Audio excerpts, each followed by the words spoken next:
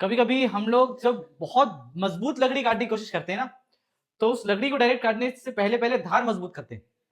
अब बात वही है कि अगर किसी बंदे ने इसको अगर सॉल्व करने की कोशिश की, तो सबसे पहले वो ऑब्वियस मेथड लगाएगा which is known as expansion.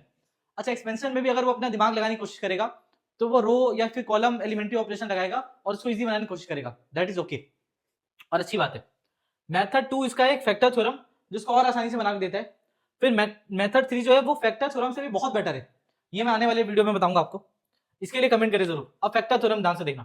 अब फैक्टर थ्योरम हमारा भाई है, भाई के हिसाब से ऐसी बात है कि आप अगर किसी डिटर्मिनेंट में x equal to a put करते हो और उस डिटर्मिनेंट की वैल्यू 0 हो जाती है, तो x माइनस ए उस डिटर्मिनेंट का एक फैक्टर होगा।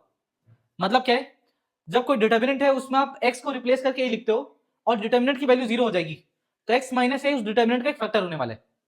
अब इस कहानी के हिसाब से अगर मैं a equal to b put करता हूं, तो ये पहला वाला रो और दूसरा वाला रो दोनों सेम हो जाएगा, तो डिटर्मिनेंट की वैल्यू 0 हो जाएगी। तो इसका मतलब a माइनस बी इसका एक फैक्टर है। उसी तरीके से अगर मैं b की जगह c पुट करता हूं, तो दूसरा रो और तीसरा रो सेम हो जाएगा, तो b माइनस सी एक फैक्टर है।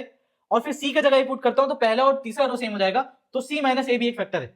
तो आप डायरेक्टली यहां से देख के बोल सकते हो अच्छा a minus B, B minus C, C minus A इसका आंसर है। लेकिन अभी अभी भी कंफर्म नहीं हुआ है, ध्यान से देखना। अभी रुकने वाली बात है। रुकने वाली बात क्या, देखना ध्यान से।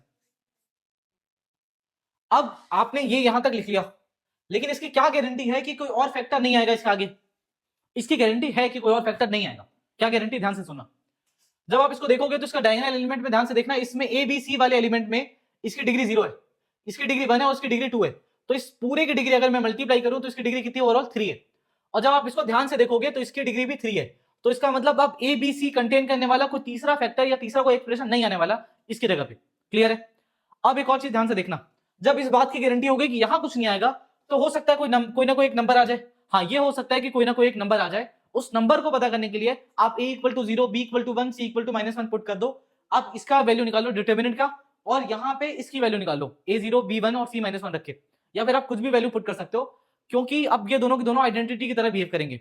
देन यू विल फील कि यहाँ पे आपको जो भी वैल्यू मिलेगी a0, b1 और c-1 रख के, तो लेट्स से यहाँ पे आपको 2 मिल रहा है और यहाँ पे आपको 2 लैम्डा मिल रहा है, तो लैम्डा की वैल्यू अपने आप 1 आ जाएगी, जहां से आप सेटिस्फाइड हो सकते हो। अब ध्यान से देखना, अगर आपके पास इतना बड़ा सा एक्सप्रेशन आ जाएगा, देन आप एलिमेंट्री रो ऑपरेशन ये करके बहुत परेशान हो जाओगे, और इतना आसानी से ये एक्सप्रेशन आने में मतलब बहुत मुश्किल हो जाएगी, तो आएगा नहीं।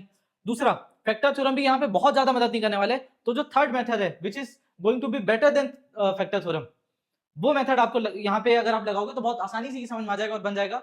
तो इसके लिए आप एक बार कमेंट करें और खुद भी बताएं कि आपको ये आता है या नहीं आता है।